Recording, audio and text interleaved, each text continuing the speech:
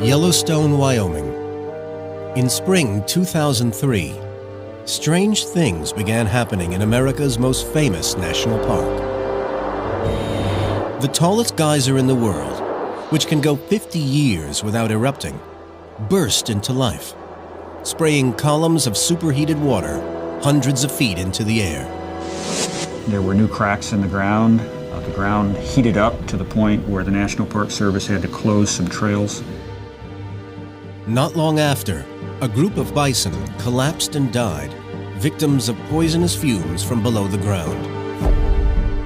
Satellite pictures revealed that something ominous was happening beneath the Earth. On the internet, unfounded rumors spread that a supervolcano, an eruption so large that it only occurs on average every 700,000 years, was about to blow. These things happen. You can look at the Earth and see the scars. They happen and they're going to happen again. Now, Naked Science asks, if Yellowstone experiences another super-eruption, could the United States survive?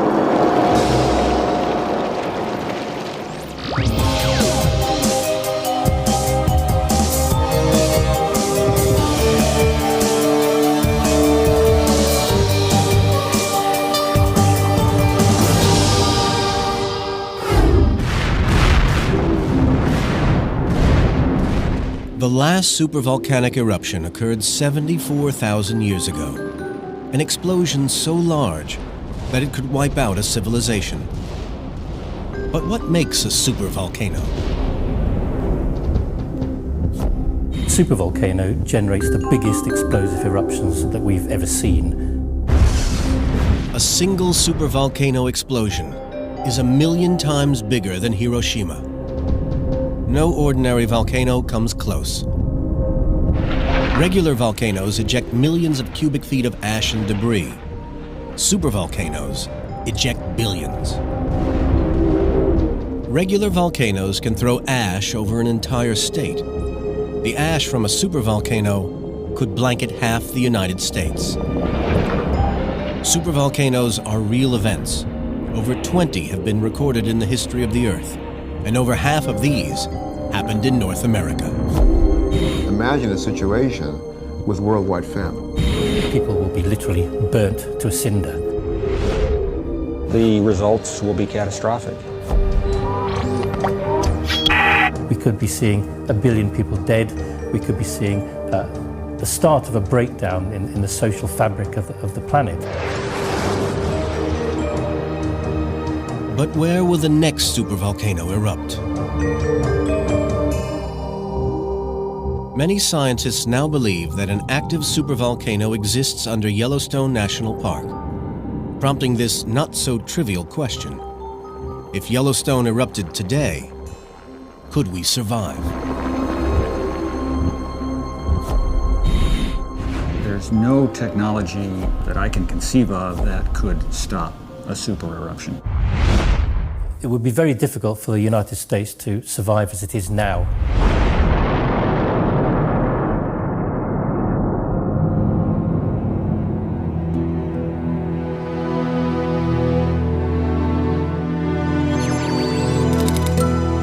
Yellowstone National Park. 3,400 square miles of protected wilderness situated mostly in northwest Wyoming. The hot springs and geysers have attracted tourists for over 100 years. Unknown to them, deep beneath the beautiful landscape, lies a hidden terror. To find out what makes Yellowstone so potentially dangerous, Naked Science brought in geologist Bob Christensen. He has spent decades climbing over Yellowstone's rocks, uncovering its secret past. Yellowstone is a unique place in the world.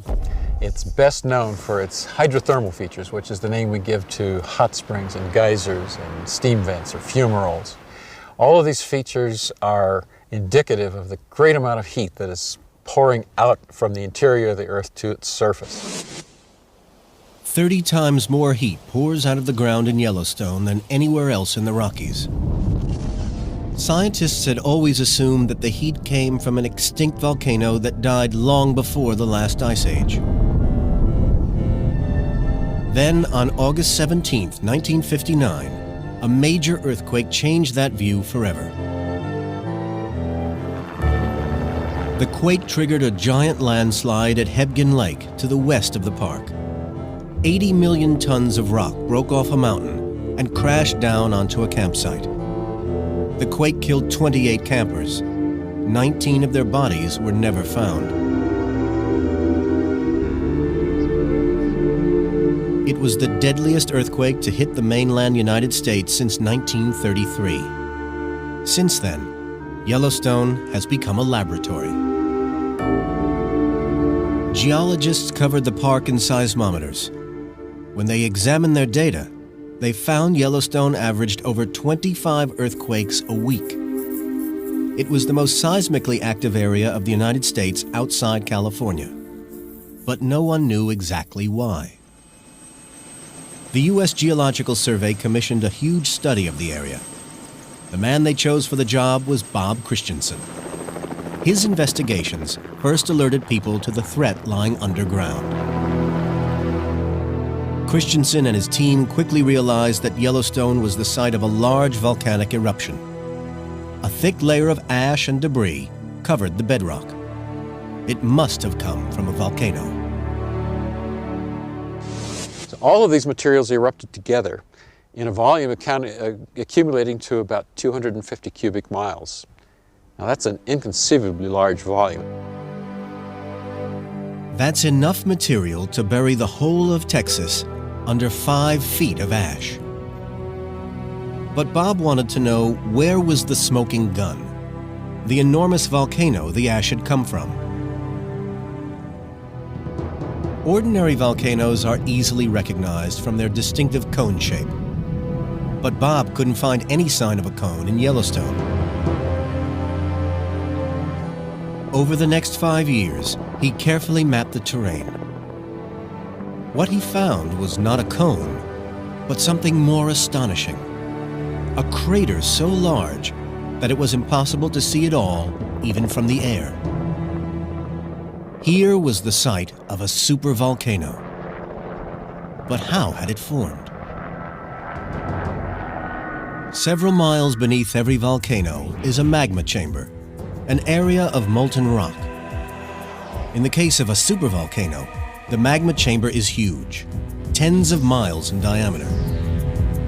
When the pressure in the chamber gets too great, the magma erupts, and the ground above collapses into the partially empty chamber, creating a giant depression in the earth, a caldera. Dimensions of the magma chamber were at least 50 miles long by about 25 miles across.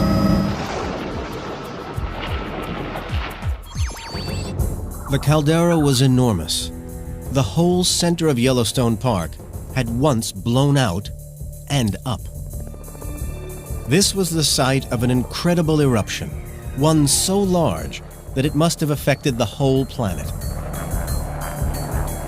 To understand just how big this eruption was, we compared it to the United States' biggest volcanic eruption in living memory. Mount St. Helens erupted in May 1980, blasting 7 billion tons of rock from the side of the mountain. Enough debris to bury Manhattan to a depth of 55 feet. The eruption was equal to 500 Hiroshima nuclear bombs. It flattened an area of forest 3 times the size of Washington, D.C., and sent ash 15 miles into the sky. By any measurement, it was big. But the eruption that created the Yellowstone caldera was much, much bigger, an astonishing 1,000 times greater than the Mount St. Helens blast. But there was another surprise. From analyzing the layers of ash, Bob found 2 other giant calderas. One was even bigger, 60 miles long by 30 miles wide. The eruption that caused it was 2,500 times the size of Mount St. Helens. This is the spot where we first recognized the distinction between these two volcanic units and realized that Yellowstone has had a much longer, more complicated history of evolution than was appreciated at first. Bob had discovered 3 enormous eruptions right in the heart of the United States. Yellowstone gave birth to several supervolcanoes, which raises the unnerving thought, could Yellowstone erupt again? Geologist Bob Smith has been trying to answer that question. Bob Smith grew up with Yellowstone. He had his first job in the park 50 years ago. He's gathered evidence that suggests that our worst nightmares about Yellowstone could be true. In the 1970s, he was revisiting Yellowstone Lake when he noticed that the landscape had changed since he was last there. Trees just at the edge of the lake seem to have water in the root systems and been inundated by a few inches of water.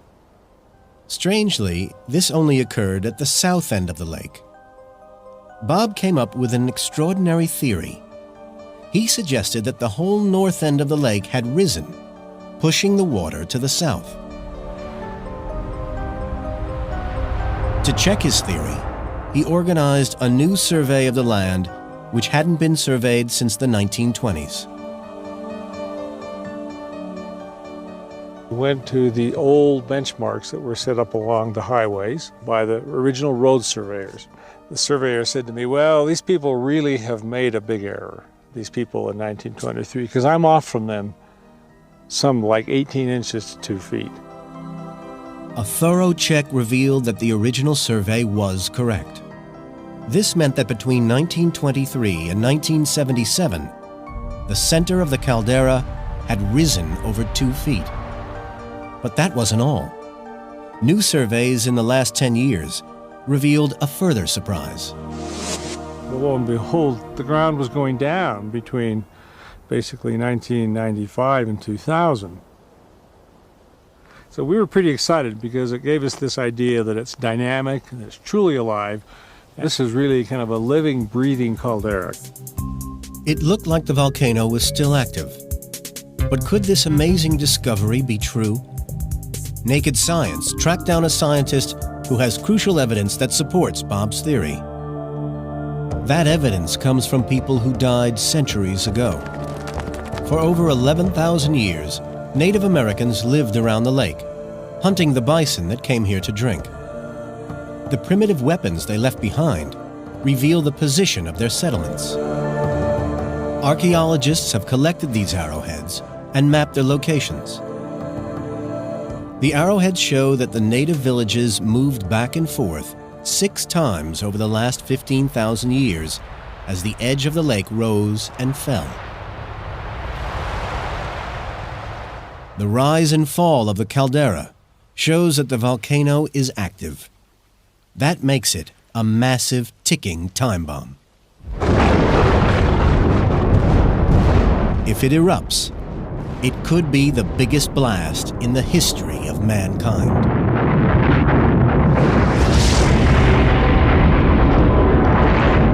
For the first time, Naked Science can show you what will happen if Yellowstone erupts.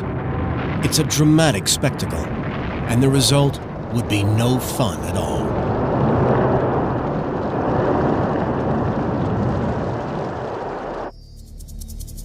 Yellowstone National Park is sitting on a time bomb, a supervolcano so large that it could throw debris 15 miles high, trigger monster avalanches, and generally wreak havoc.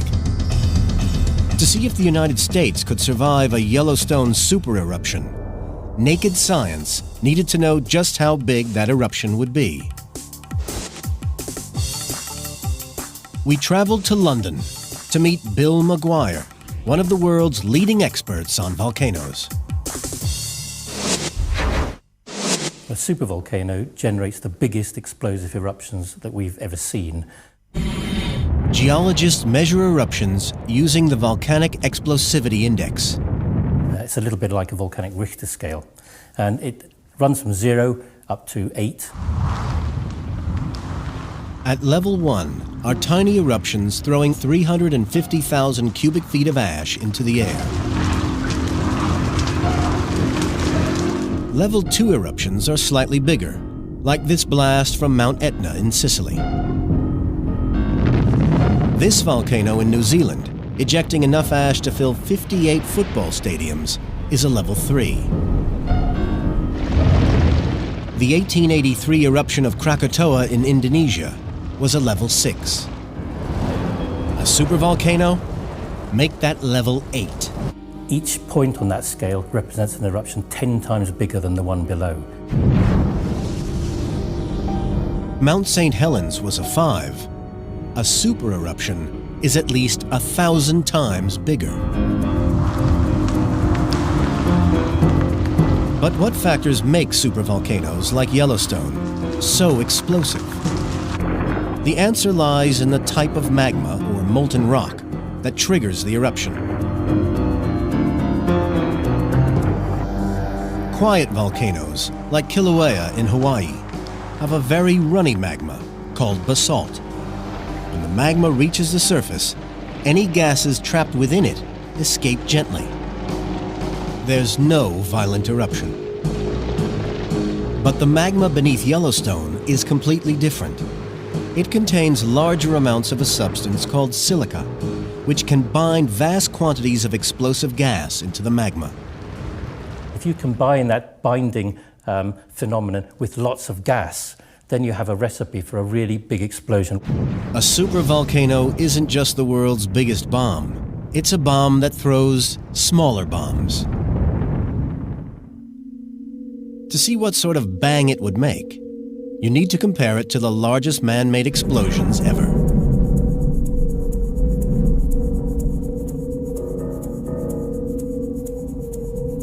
This is the most powerful bomb ever detonated by the United States. It's the Castle Bravo hydrogen bomb, set off on Bikini Atoll in 1954. But at 15 megatons, it's still 160 times smaller than a supervolcano eruption. This is the world's biggest bomb. In 1961, the Soviet Air Force dropped a 50 megaton bomb over Novaya Zemlya in the Arctic Ocean. The mushroom cloud rose above the stratosphere, and the shock wave traveled 3 times around the Earth. Imagine an eruption 50 times bigger than this, and you have a supervolcano. Any way you look at it, that kind of eruption would be a very nasty surprise.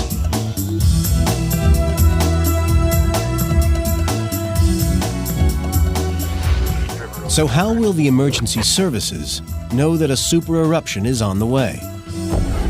All volcanoes warn us that they are about to erupt. The first sign of a Yellowstone eruption would probably be the ground rising. Just before Mount St. Helens erupted, the mountain bulged, growing 5 feet per day. A similar kind of uplift would be likely at Yellowstone. As magma deep below the surface of the Earth rises, it splits the rocks above. In Yellowstone, it would probably lift the whole caldera, an area the size of Houston and Dallas, 10 feet or more into the air. Weeks or even months before a Yellowstone super-eruption, these warning signs would trigger the mother of all evacuations. The area 60 miles around the volcano would become a hazard zone. Officials would place on alert the surrounding region, up to 200 miles, readying people for a violent eruption. Roadblock set up, East River Road, no correct. As people evacuated the area, geologists would look out for new warning signs that would tell them an eruption is imminent.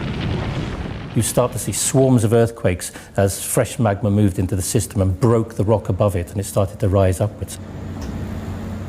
These earthquakes produce distinctive waveforms on the seismographs. The crack of rocks fracturing creates a signal that starts with a sharp rise and fades quickly. Long before an eruption, swarms of earthquakes would sweep the hazard zone and surrounding area.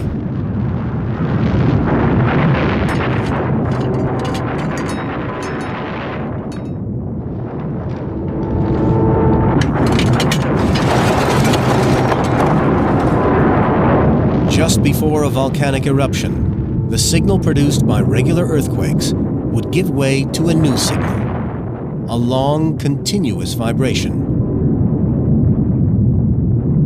Now, when magma's opened a space for itself, it will start to move through that, and as it moves through that very rapidly, it will vibrate the walls of the crack or the conduit, and that will give you a sort of rumbling signal. It sounds like the vibration of a large organ pipe. Scientists call it harmonic tremor. It's the last warning. This is what magma racing towards the surface might sound like. For anyone brave or foolish enough to remain in the hazard zone, the chances of escape would be slim. The Big Bang would be moments away.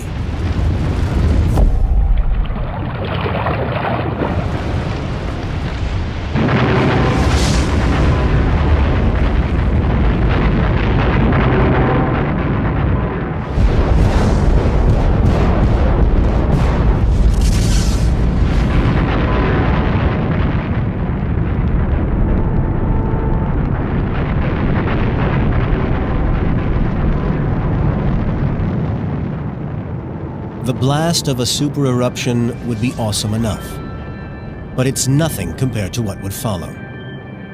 Spreading out from Yellowstone would come one of nature's most deadly forces, violent churning clouds of rock, ash, and gas called pyroclastic flows.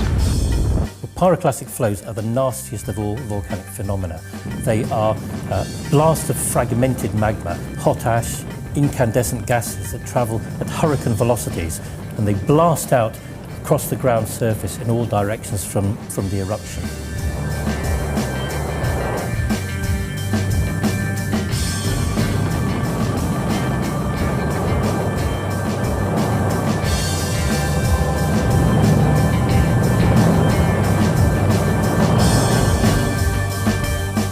It's like an avalanche on steroids. Hidden beneath the turbulent cloud of scalding hot ash is a mass of tumbling rocks. At temperatures as high as 1,500 degrees Fahrenheit, it sweeps down the mountain at high speeds, destroying everything it touches. There's nowhere to run, and absolutely nowhere to hide. Death comes pretty quickly, not from the actual burning of the skin outside, but from inhaling these very, very hot gases. And they really wreck the lungs and the throat almost instantaneously. After that, the water in the human tissue is boiled off, and there are cases in some past eruptions where people's skulls are seen popped apart as the brain essentially has exploded. For tangible recent evidence of the nasty nature of pyroclastic flows, Naked Science paid a visit to the Caribbean island of Montserrat.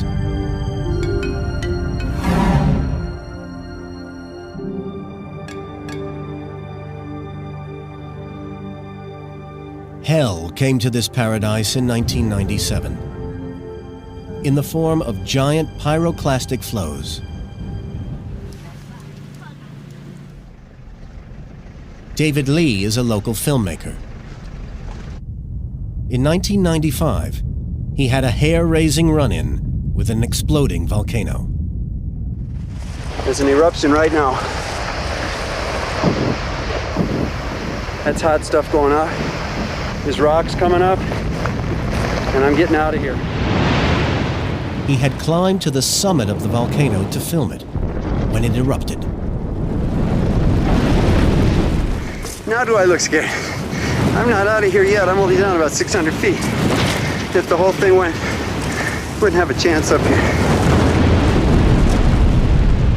You could have seen pyroclastic flows rushing down those slopes at fantastic speeds, maybe 60 to 100 miles an hour, maybe even more. And they rush out over the ocean and they just float out over the sea. It's an amazing thing to see. The power and fury of these pyroclastic flows are awesome. But they're nothing compared to what would spew forth from a supervolcano. To see what happens when a pyroclastic flow hits a major town, Naked Science visited Plymouth on Montserrat.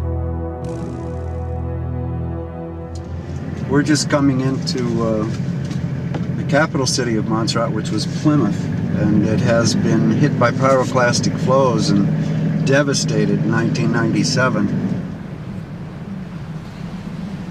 David Lee witnessed the flows that hit the town.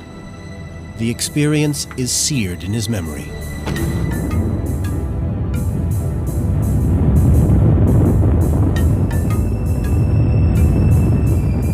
At the daytime, they look like a gray mass. You wouldn't even think they were dangerous, although they're moving quickly.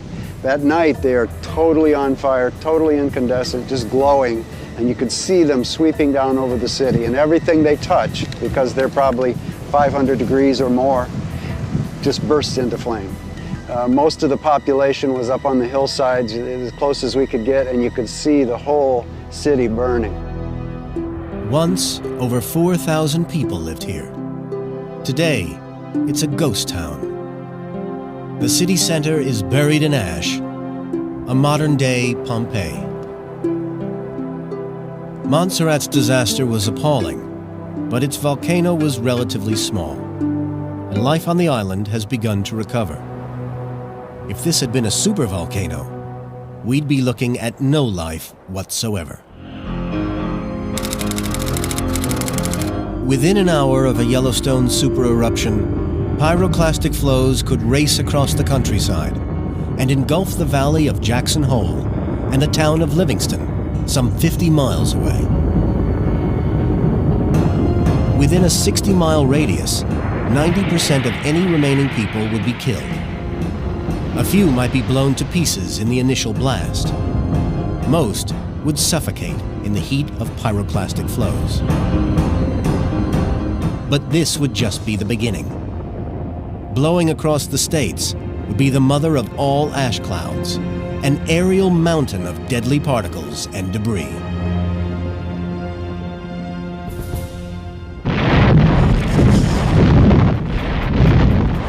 Yellowstone National Park is the site of a recurring supervolcano. An eruption so large that if it happens again, it would destroy nearly everything within 60 miles. But what would happen next as a mountain of ash begins to spread and then fall?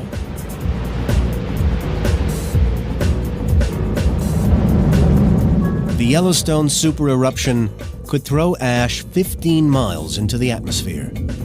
The fallout could cover half the United States. 3 days after the eruption, the skies would be dark and deadly. From scientists' predictions, Naked Science has pieced together a picture of the country after 3 days of ashfall. At 6 times heavier than wet snow, wet ash would cause many roofs to collapse, clog up filters of cars, and ground aircraft across much of the western U.S. Any planes in flight would be in danger of crashing, their engines clogged by the fine particles. When Mount St. Helens erupted, swirling particles of ash in the atmosphere generated lightning, which in turn ignited scores of forest fires. A supervolcano could ignite hundreds. The worst affected region would be the downwind area up to 500 miles from Yellowstone, as far away as Salt Lake City and Denver. Carried by the normal prevailing winds, the ash would reach Denver in about 24 hours. By the time it had finished falling, it could be deeper than 3 feet. Within this zone, no movement would be possible for 2 days. Roads would be invisible, and people outdoors would not be able to see where they were going. Transportation would come to a stop. Winds whipping up the ash would create dust clouds, and people stranded in the open would likely suffocate within hours. Moist ash collecting on power lines would short insulators, cutting off power. If it happened in winter, then the cold weather would take more lives. Falling rain would wash ash into rivers, creating giant mudflows called lahars, smashing everything in their path. Pumping stations at reservoirs would be clogged with ash, leaving many people without fresh water. nuclear power stations dependent on cooling water from rivers would be forced to close. As with the aftermath of any catastrophe, lawlessness could take over. Livestock could die from lack of grass and water. Hospitals could stop running. The old, the sick, and the very young would be even more vulnerable. In this central zone, up to 10% of the population, or 500,000 people, could die. 7 days after the eruption, Yellowstone could still be pumping ash into the air. 1,000 miles away, in places like Santa Fe and Kansas City, the ash would continue to fall and to kill. Keep one low on your head. The ash itself is deadly. Anyone living under the path of the ash cloud would need to protect themselves. That's because volcanic ash isn't really ash at all. It's rock that has been blown apart into tiny pieces. To see what makes it so dangerous, naked science put it under an electron microscope. Up close, the particles show up as minute shards of glass with jagged edges. If these get into the lungs, they can be deadly. But not the way you might expect. To find out what can happen to people who inhale this ash, Naked Science traveled to Nebraska to meet Mike Voorhees, a respected American paleontologist. In the 1970s, Professor Voorhees made a startling discovery. I was prospecting for fossils here and came across this volcanic ash bed. And right at the bottom of the ash bed was a skull of a baby rhinoceros sticking out. It was the start of an incredible find. Underneath 10 feet of ash was an ancient waterhole, full of skeletons of horses, camels, and rhinos. The mass grave contained over 200 animals. All died within days of each other. Scientists suspected the killer was ash, but they had no proof. When the ash was tested, they were shocked to find that it had come from an extinct volcano almost 1,000 miles away in Idaho. Mike's discovery led him to conclude that volcanic ash can kill even 1,000 miles from its source. But how? I think I can demonstrate how it did it. The ash is so fine that it drifts easily on the wind. So it probably took maybe 6 or 7 hours for the ash to get to Nebraska from the volcano. Fine ash hangs in the air, the same air we breathe. This ash is so far from the volcano that only the very, very finest material settled out here. So it's so fine that it makes a dust that easily gets into the lungs. In his laboratory, Mike and his team started examining the bones. There was something unusual about them. Right up here in the front part of the jaw is healthy bone. This is the way a fossilized camel jaw should look. But this one has something extra. It actually has symptoms of the disease that killed the animal. Unlike normal fossils, every single bone they found was covered in a strange white substance. The white spongy substance is new bone growth. It's a classic sign that an animal has died of the rare lung ailment known as Marie's disease. As the lungs fail, the skeletal system goes out of control, rapidly depositing new bone on top of old. It reveals that the animals died a slow and painful death. As their lungs, choked by ash, started to fail, it caused their bones to grow thicker. Racked with pain, they were drawn to the waterhole where they died, all within a month of the eruption.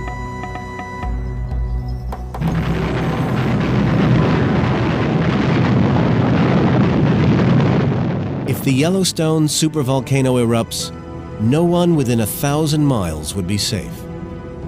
Prolonged exposure to the fine ash would guarantee a lingering death from Marie's disease. The death toll from the immediate blast of a Yellowstone eruption would be bad enough. But for those who survived the explosion and even the ash fall, it could get worse. DNA evidence suggests that the last supervolcano eruption created a mini ice age that nearly led to the extinction of the human race.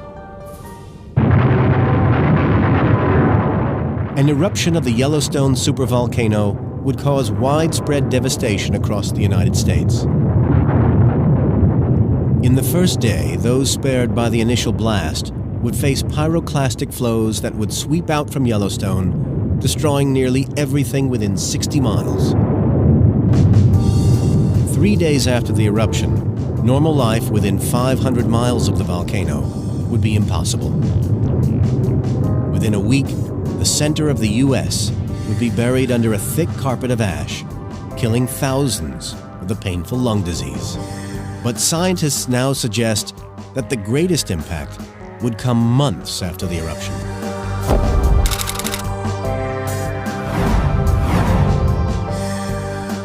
They believe that the deadliest part of a supervolcano eruption is not the ash that falls to the ground, but the gases that stay in the air.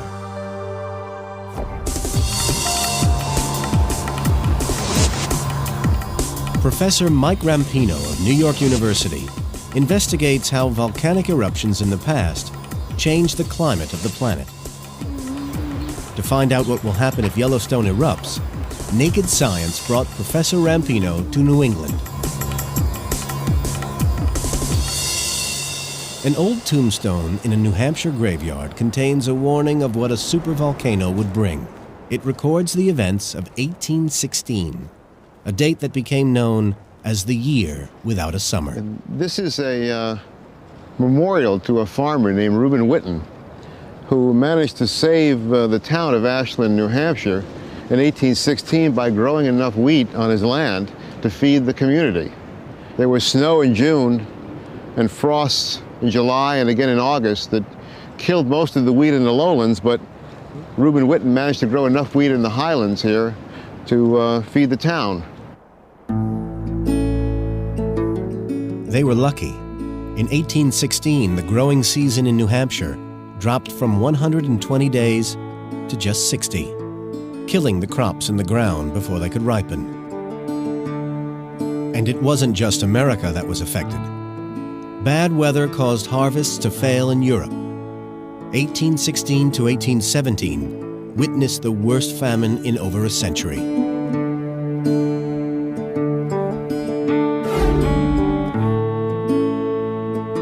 The cold weather was believed to be caused by a volcano. To find out more, Mike Rampino went to Harvard University to search the historical records. They show that in 1815, the year before the cold summer, the volcano of Tambora to the east of Java blew its top. Although not a super-eruption, this volcano, even at 10,000 miles away, had a far-reaching effect. It's our best clue to what will happen when a supervolcano erupts. Explosive volcanoes put material up into the stratosphere. And the most important thing is they release sulfur dioxide gas, which is converted into sulfuric acid aerosols, little droplets, in the Earth's atmosphere in the stratosphere.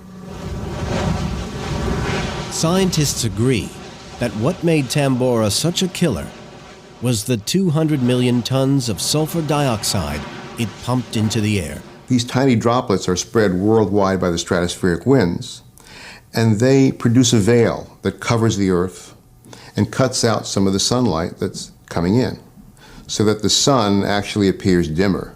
And so less sunlight is warming the Earth, and it's natural then the Earth cools down. This dimmer effect caused the famine of 1816. By some estimates, Tambora killed 71,000 people, twice as many as Krakatoa, mainly through starvation. It's the deadliest volcanic eruption in recorded history. A supervolcano's effect might be even greater. The effect it would have on the atmosphere is much more severe than any of the historic volcanic eruptions like Tambora. And we estimate that the drop in temperature globally after a Yellowstone-sized super-eruption would be about 10 degrees Fahrenheit. Now, that is a very severe cooling. Frost and snowfall, and even in equatorial regions. Tropical vegetation has no cold hardiness. So a frost in the tropics would kill off all the above-ground vegetation. And in that kind of situation, the climatic effects, the loss of the growing season for 1 or 2 years, it's been estimated that you could lose billions of people from the Earth's population.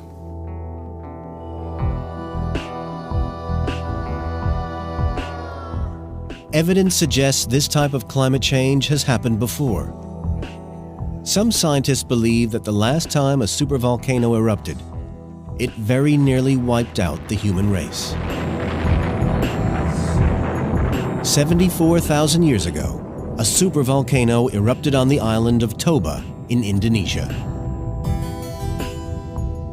It's a very, very large volume eruption, the same kind of thing we might see from Yellowstone. And it's interesting to note that at that time, there was genetic evidence that the human population went through a bottleneck. Before the volcano erupted, scientists believed that humans were abundant throughout Africa. Around the time of the eruption, their numbers plummeted. The population of human beings in that bottleneck was about a few thousand. At most 10,000, some people think as little as 3,000. So imagine the entire human population of the planet at that time reduced to a few thousand individuals. It's very close to an extinction of Homo sapiens.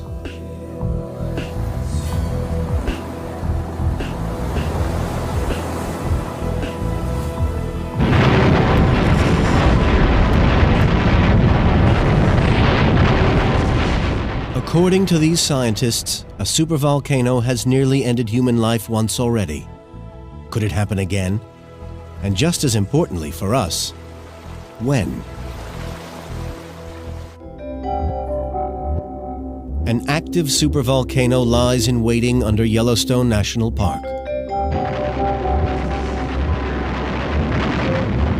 If it were to explode, it could plunge the world into a volcanic winter.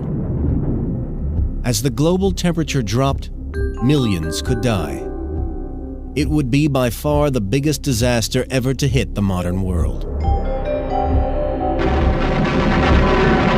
It sounds terrifying. But if it happens 500,000 years from now, we're not quite so worried. If it's 5 years, start packing. So when will Yellowstone next erupt?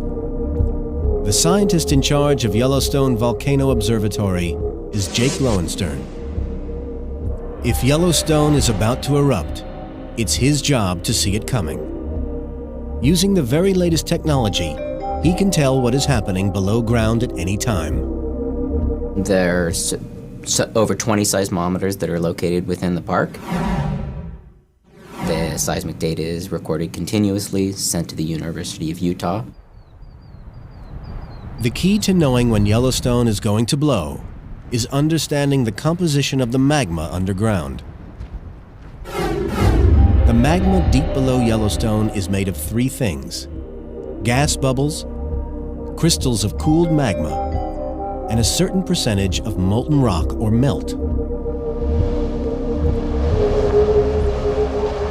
Before a volcano can explode, the magma chamber has to contain enough melt to trigger the eruption. Generally, it appears that about 50% melt is needed in a magma for it to erupt. So what percentage of rock below Yellowstone is melt? To find the answer, scientists have recently analyzed the seismic waves created by earthquakes. Like a giant ultrasound scan, these allowed them to see into the earth and estimate the percentage of melt below ground. We do have some data that indicates that the magma chamber on a caldera-wide basis is only about 10% melt. And therefore, it doesn't seem likely at this time that Yellowstone caldera could have one of these really large caldera-forming eruptions. There's just not enough highly molten material down there. But in 2003, geologists monitoring the volcano saw unusual signs that Yellowstone was becoming more active. Dan Durishan is a geologist with the U.S. Geological Survey's Volcano Hazards Group. He was one of the first to see the signs of the increased activity. The tallest geyser in the world erupted several times, Steamboat Geyser. A very rare event. There were new cracks in the ground.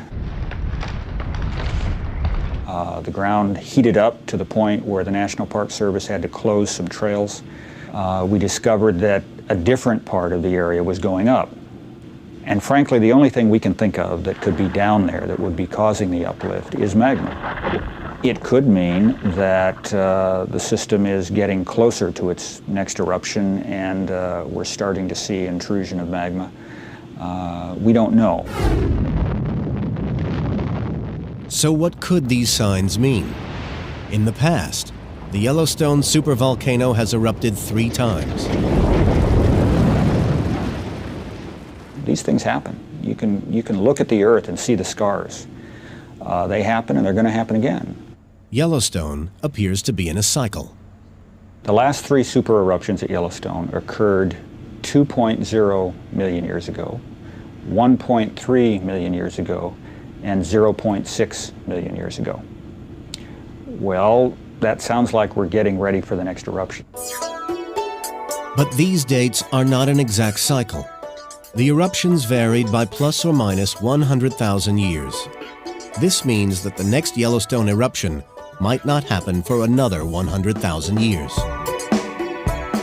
So will the next one occur at 0 or 100,000 years from now? We don't know.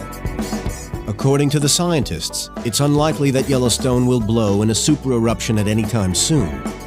But one thing is sure, super-eruptions do happen. And being a little cautious, we wanted to know if Yellowstone were about to explode, is there any way we could stop it? Some have suggested that the way to prevent a supervolcano eruption would be to drill hundreds or thousands of holes down to the magma chamber to release the pressure of the gases. It just wouldn't work.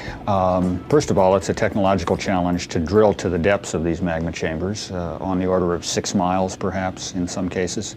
But even if you drill that far, all you would be doing is a pinprick in a very large, very complicated system. It's not just a big balloon full of magma, and it wouldn't notice. There's no technology that I can conceive of that I've ever heard discussed that could stop a super-eruption. So we can't stop one with any known technology. If Yellowstone blows, is there any way the United States could survive? It would be very difficult for the United States to survive as it is now in the immediate aftermath of an eruption, a super-eruption at Yellowstone. The United States would be crippled. Thousands could die in the blast. Millions more could perish from breathing in ash, or from the famine that many predict.